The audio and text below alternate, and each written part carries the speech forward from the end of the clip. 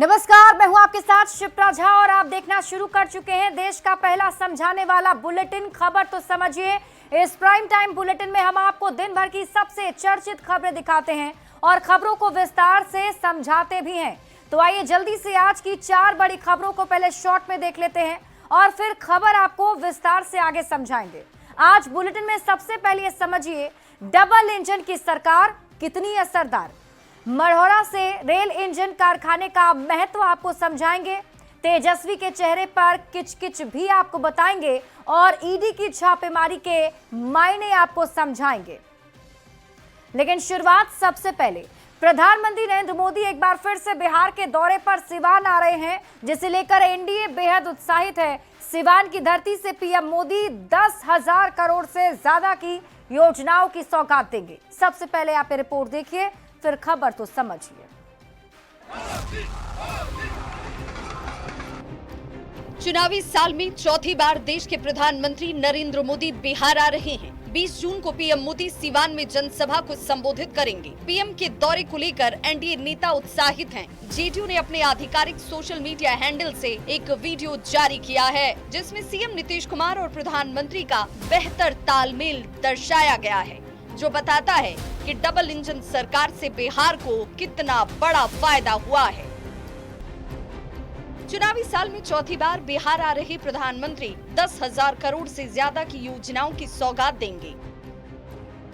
51,000 PM Awas Yojana की पहली किश्त जारी करेंगे। 19 शहर में वाटर सप्लाई और सीवरेज प्रोजेक्ट की सौगात देंगे। तो 15 सब स्टेशन में 500 MHV की बैटरी ऊर्जा भंडारण प्रणाली के साथ साथ कई योजनाओं की सौगात भी देंगे। ये अलग बात है कि नेता प्रतिपक्ष तेजस्वी को पीएम के दौरे से बिहार को कुछ फायदा होता नजर नहीं आता। क्या क्या बिहार के लोगों से उन्होंने वादा नहीं किया। नंबर 1 स्टेट बना देंगे। 11 साल से आप प्रधानमंत्री हैं, 20 साल से बिहार जो है एनडीए की सरकार है, राज्य में नीतीश कुमार जी मुख्यमंत्री हैं। आप कहते थे चीनी का मिल चालू करा देंगे, उसी चीनी का चाय पीजिए। प्रधानमंत्री ने फरवरी के अपने बिहार दौरे के दौरान किसान निधि योजना की 19वीं किस्त जारी की। 24 अप्रैल को आए तो 13,000 करोड़ की योजनाओं की सौगात दी। 30 मई को आए तो 50,000 करोड़ से अधिक की योजनाओं की सौगात दी और अब 20 जून को प्रधानमंत्री 10,000 करोड़ की योजनाओं के साथ साथ बिहार को एक और वंदे भारत ट्रेन की सौगात भी देने जा रहे हैं। न्यूज़ 18 के लिए पटना से आनंद अमृतराज और धर्मेंद्र कुमार के साथ ब्यूरो रिपोर्ट। देखिए, प्रधानमंत्री नरेंद्र मोदी चुनावी साल में बिहार आएंगे तो चुनाव की बात तो होगी ही, और सिवान से कैसे सारण की सियासत साधेंगे पीएम मोदी, ये समझने के पहले ये जान लेते हैं कि इस साल कब कब प्रधानमंत्री नरेंद्र मोदी बिहार आए। तो आपको बता दें कि 24 फरवरी को पीएम मोदी पहली बार बिहार के भागलपुर आए थे और उसके बाद फिर 24 अप्रैल को प्रधानमंत्री नरेंद्र मोदी बिहार आए थे। मधुबनी में 30 मई को रोहतास में उनकी रैली थी। हालांकि वो 29 मई को ही बिहार आ गए थे, रोड शो भी हुआ था और अब 20 जून को प्रधानमंत्री नरेंद्र मोदी सिवान आ रहे हैं। सियासत के पहले ये जान लीजिए कि प्रधानमंत्री ने अपनी पिछली यात्राओं में क्या क्या तोहफा दिया है। तो आपको बता देते हैं कि जब पहली बार 24 फरवरी को पीएम मोदी इस साल भागलपुर आए थे, तब उन्होंने भागलपुर की धरती से किसान निधि योजना की 19वीं किस्त जारी की थी। फिर 24 अप्रैल को मधुबनी आए तो 13,000 करोड़ से अधिक की योजनाओं का तोहफा दिया। 30 मई को रोहतास की धरती से 50,000 करोड़ से अधिक की योजनाओं का तोहफा बिहार को दिया और अब जबकि 20 जून को प्रधानमंत्री सिवान आ रहे हैं तो यहां से भी 9,500 करोड़ की योजना की सौगात बिहार को देंगे। अपने सिवान दौरे के दौरान प्रधानमंत्री नरेंद्र मोदी करीब 10,000 करोड़ की योजनाओं की सौगात देंगे। 51,000 पीएम आवास योजना की पहली किस्त जारी करेंगे और 6,684 लोगों का गृह प्रवेश होगा। यही नहीं, प्रधानमंत्री नरेंद्र मोदी अपने दौरे के दौरान 3,132 करोड़ की योजना का शिलान्यास करेंगे, जबकि 2,229 करोड़ की योजना का उद्घाटन प्रधानमंत्री करने वाले हैं। अब सवाल उठ रहा है कि डबल इंजन की सरकार कितनी असरदार। तो आपको बता दें कि 2024 में मोदी सरकार ने बिहार को विशेष पैकेज दिया था। यह पैकेज 60,000 करोड़ का था।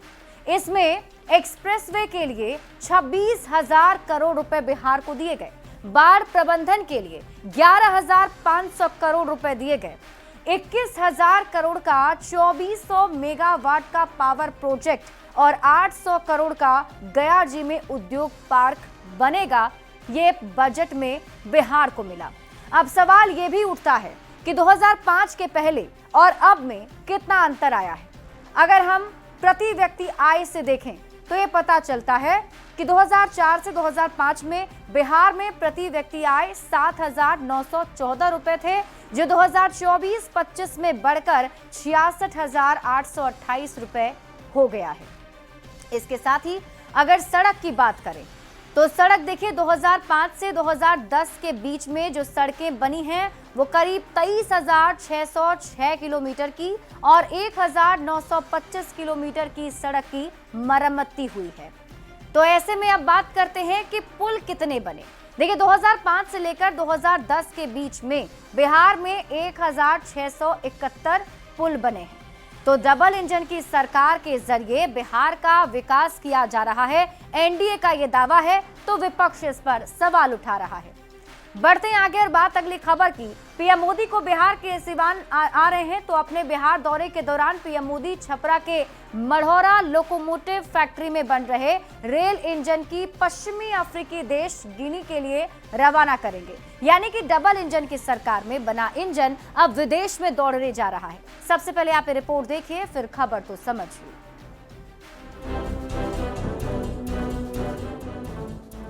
20 जून 2025 को बिहार नई इबारत लिखने जा रहा है। मेक इन बिहार का रेल इंजन अब देश नहीं बल्कि विदेश में दौड़ेगा। जी हां, सही सुना आपने। छपरा के मढ़ौरा लोकोमोटिव फैक्ट्री में बन रहे रेल इंजन को पश्चिमी अफ्रीकी देश गिनी में निर्यात किया जा रहा है।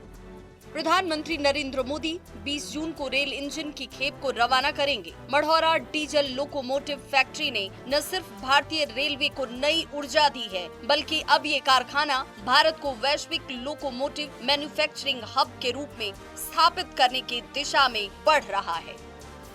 ये कारखाना पीएम मोदी के मेक इन इंडिया के विजन को मूर्त रूप दे रहा है। सीएम नीतीश कुमार के विकसित बिहार के सपने को भी साकार करने की दिशा में ये रेल कारखाना अहम पड़ाव साबित होगा।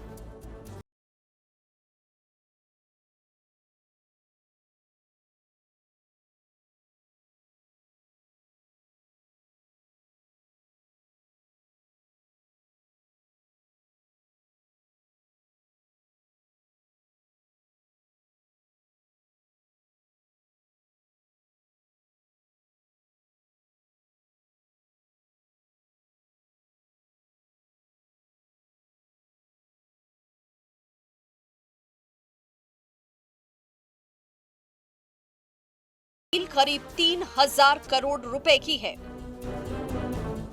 मढ़ौरा के लिए ये सिर्फ एक व्यापारिक समझौता नहीं, बल्कि ग्लोबल सप्लाई चेन में भारत की नई भूमिका का प्रमाण है। सारण का मढ़ौरा कभी बिहार का मैनचेस्टर कहा जाता था। यहाँ 4 फैक्ट्रियां थी, लेकिन 90 के दशक में एक कर चारों फैक्ट्रियां बंद हो गई। मढ़ौरा डीजल लोकोमोटिव फैक्ट्री ने एक बार फिर उम्मीद की नई लौ को काफी तेज कर दिया है। न्यूज़ 18 के लिए पटना से संजय कुमार के साथ ब्यूरो रिपोर्ट। और आइए अब खबर को समझ लेते हैं। देखिए, भारत में प्रमुख रूप से रेल इंजन बनाने वाले जो कारखाने हैं वो वाराणसी, चितरंजन, पटियाला, मढ़ौरा और मधेपुरा में है। अब सवाल है कि किस कारखाने के बने रेल इंजन को पहली बार निर्यात करेगा भारत। तो इसका जवाब है मढ़ौरा, यानी मढ़ौरा कारखाने से जो रेल इंजन बने हैं उसका निर्यात किया जाना है। मढ़ौरा कारखाने से कितने इंजन का निर्यात होगा? तो इसका जवाब है 140 लोकोमोटिव इंजन का निर्यात भारत करने वाला है। अब आप ये भी जान लीजिए कि मढ़ौरा से कहां भेजे जा रहे हैं रेल इंजन। तो जवाब है दक्षिण अफ्रीका के गिनी, यानी दक्षिण अफ्रीका के गिनी में इसका निर्यात होना है। भारतीय रेलवे और दक्षिण अफ्रीका के बीच कितने की डील हुई है? तो इसका जवाब है करीब 3000 करोड़ रुपए में ये डील साइन की गई थी। अब आप खबर तो समझिए, मढ़ौरा कारखाना इंजन निर्यात का केंद्र बनेगा तो लोगों को रोजगार भी मिलेगा। अभी अगर फिलहाल बात करें मढ़ौरा कारखाने से कितने लोगों को रोजगार मिला है, तो प्रत्यक्ष रोजगार की अगर बात की जाए तो 285 लोगों को रोजगार मिला है और अप्रत्यक्ष रूप से 1215 लोगों को रोजगार मिला है। ऐसे में कल का दिन काफी ज्यादा ऐतिहासिक है क्योंकि प्रधानमंत्री नरेंद्र मोदी कल इसे हरी झंडी दिखाने वाले हैं। बढ़ते हैं आगे और बात अगली खबर की। आरजेडी के राज्य परिषद की बैठक में नवनिर्वाचित प्रदेश अध्यक्ष मंगनी लाल मंडल के निर्वाचन का आधिकारिक ऐलान हुआ तो लालू प्रसाद ने उन्हें बधाई भी दी है।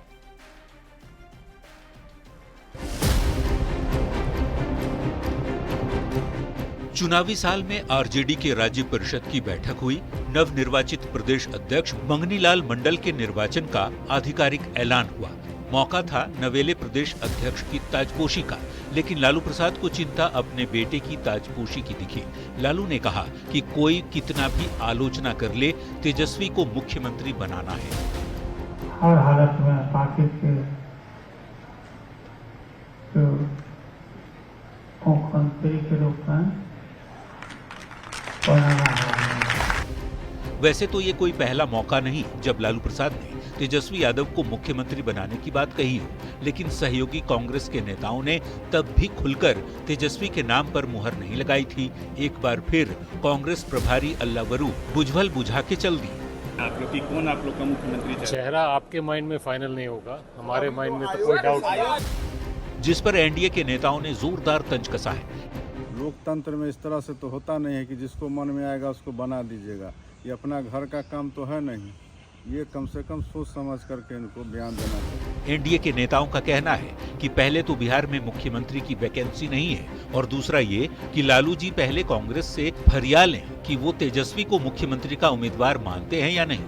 अरे लालू जी क्या हो गया आपको?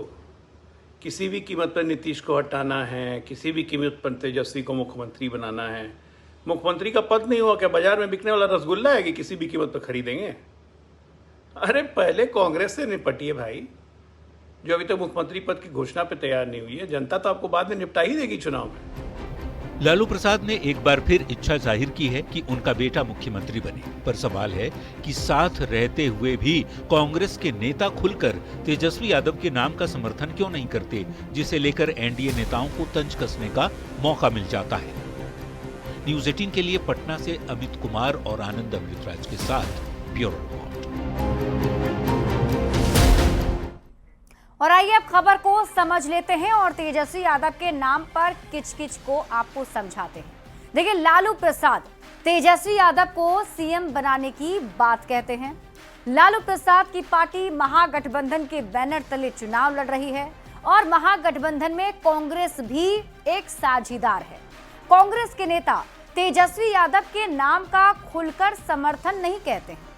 कांग्रेस के नेता कहते हैं कि चुनाव के बाद ही चेहरा तय होगा कि कौन मुख्यमंत्री होगा। यही वजह है कि लालू प्रसाद पर एनडीए के नेता तंज कस रहे हैं। एनडीए के नेताओं का यह कहना है कि लालू प्रसाद पर कांग्रेस से बात करें पहले। तो सवाल यह भी है कि कांग्रेस तेजस्वी यादव के नाम पर तैयार आखिर क्यों नहीं है, क्योंकि अभी भी महागठबंधन की तरफ से सीएम का चेहरा घोषित नहीं किया गया है। भले ही आरजेडी तेजस्वी यादव को सीएम प्रोजेक्ट कर रही है। बढ़ते हैं आगे और बात अगली खबर की। रुख करते हैं अगली खबर की ओर। चर्चित पेपर लीक मामले में ईडी का शिकंजा कसता जा रहा है। पेपर लीक के मास्टरमाइंड और मुख्य आरोपी संजीव मुखिया के बेटे डॉक्टर शिव और आरोपी सिकंदर यादविंदु के कई ठिकानों पर छापेमारी की गई है। पेपर लीक में बड़े नेटवर्क का खुलासा हुआ है और कई अहम सबूत भी हाथ लगे हैं। आप ये रिपोर्ट देखिए। पेपर लीक के मास्टरमाइंड संजीव मुखिया के नेटवर्क के खिलाफ गुरुवार को ईडी की टीम ने बड़ी कार्रवाई की। राजधानी पटना में संजीव मुखिया के बेटे डॉक्टर शिव और रांची में नीट पेपर लीक के आरोपी सिकंदर यादवेंदु के ठिकानों पर छापेमारी की।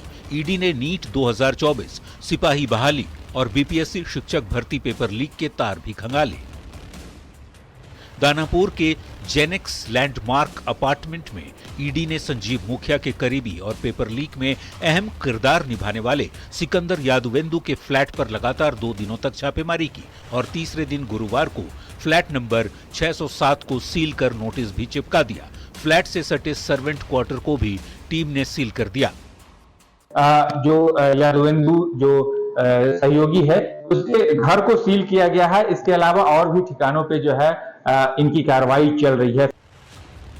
सूत्रों की माने तो पेपर लीक से जुड़े कई अहम दस्तावेज ईडी के हाथ लगे हैं। पेपर लीक माफिया संजीव मुखिया के नेटवर्क को खंगालते हुए ईडी की टीम नालंदा के नगर नौसा थाना क्षेत्र के गोसाई मठ और बलवा गांव भी पहुंची। गोसाई मठ के संदीप कुमार और बलवापुर के संजीव मुखिया के बेटे डॉक्टर शिव के घर की तलाशी ली। कि यहाँ पर जो गोसाईपुर निवासी संदीप कुमार है उनके घर पर रेड चल किया जा रहा है। इतना ही नहीं, संजीव मुखिया के पुत्र डॉक्टर शिव जो बलवा पर निवासी है उनके घर पर रेड की जा रही है। ईडी की कार्रवाई से खलबली मच गई है। नालंदा के एक सरकारी कॉलेज में तकनीकी सहायक के पद पर तैनात संजीव मुखिया को पेपर लीक का मुख्य आरोपी बनाया गया है, जिसे हाल ही में ईओयू और पुलिस की टीम ने अरेस्ट किया था। पूछताछ में संजीव मुखिया ने कई अहम राज उगले हैं, जिससे पेपर लीक से जुड़े कई नकाबपोशों की मुश्किलें बढ़ सकती हैं। देखना होगा कार्रवाई की जद में और कितने नाम सामने आते हैं और ये नेटवर्क कहां तक फैला है। दानापुर संवाददाता अमरजीत शर्मा और नालंदा संवाददाता अभिषेक के साथ ब्यूरो रिपोर्ट, न्यूज़ 18। और आइए अब खबर को समझ लेते हैं। देखिए, खबर यह है कि पटना से रांची तक छापेमारी हुई। 2 राज्यों में ईडी की टीम ने गहन सर्च ऑपरेशन चलाया है, बिहार और झारखंड में। अब ईडी की छापेमारी क्यों हो रही है, आपके मन में ये सवाल उठ रहा होगा। तो इसका जवाब है कि बिहार में सिपाही पेपर लीक मामला और झारखंड में नीट पेपर लीक मामला हुआ था, जिससे जुड़ी ये छापेमारी ईडी की टीम कर रही है। छापेमारी किस किस के ठिकाने पर हुई? तो बिहार में डॉक्टर शिव के ठिकाने पर छापेमारी हुई, वहीं झारखंड में सिकंदर प्रसाद यादवेंदु के घर पर छापेमारी की गई है। अब छापेमारी किस किस के ठिकाने पर हुई है? तो जैसा कि हमने आपको बताया कि डॉक्टर शिव जो कि बिहार के हैं, बिहार में छापेमारी की गई थी। वहीं झारखंड में सिकंदर प्रसाद यादवेंदु के घर पर भी छापेमारी हुई है और ये दोनों पेपर लीक मामले से जुड़े हुए बताए जा रहे हैं। ईडी की छापेमारी वाली खबर को अब आप समझिए। पेपर लीक गैंग के खिलाफ छापेमारी लगातार जारी है और पेपर लीक का मास्टरमाइंड है संजीव मुखिया। संजीव मुखिया जो कि गिरफ्तार किया जा चुका है। तो ईडी की कार्रवाई लगातार जारी है और पेपर लीक मामले की ईओयू ने जांच की। ईओयू ने मनी लॉन्ड्रिंग का केस दर्ज किया। संजीव मुखिया के नेटवर्क को अब ईडी की टीम खंगाल रही है। कौन कौन लोग इसमें शामिल हैं, कौन संजीव मुखिया का साथ देता है, ये सब कुछ जांच किया जा रहा है। बढ़ते हैं आगे और बात अगली खबर की। मॉनसून की पहली बारिश ने पूरे झारखंड को पानी से लबालब कर दिया, लेकिन राहत की ये बारिश कई जगहों पर आफत बनकर आई। राजधानी रांची में लगातार हो रही मूसलाधार बारिश ने जनजीवन को पूरी तरह अस्त व्यस्त कर दिया है। आप ये रिपोर्ट देखिए। राजधानी में आसमान से बरस रही आफत, भारी बारिश से बाढ़ जैसे हालात, सड़क पर सैलाब, घर बने तालाब। निगम का दावा फेल, मॉनसून की बारिश ने खोली पोल। स्कूल से लेकर सड़क तक चारों तरफ पानी ही पानी। हैरान करने वाली ये तस्वीर राजधानी रांची की है, जहां मॉनसून की पहली बारिश ने ही सारे दावे की पोल खोल दी है। कहीं सड़कें तालाब बन गईं, तो कहीं स्कूल और घरों में पानी घुस गया है। रांची के हरमू नदी में पानी के तेज धार ने लोगों की परेशानी बढ़ा दी। नेवारणपुर में राम मंदिर के पास हरमू नदी का पानी पुल के ऊपर से बह रहा है। पानी के बहाव की वजह से पुल पर दबाव भी बढ़ता नजर आ रहा है। हरमू नदी में तेज बहाव के कारण आसपास के इलाके डूब गए हैं। नेवारणपुर में ही बीएससीबी स्कूल पूरी तरह पानी में डूब चुका है।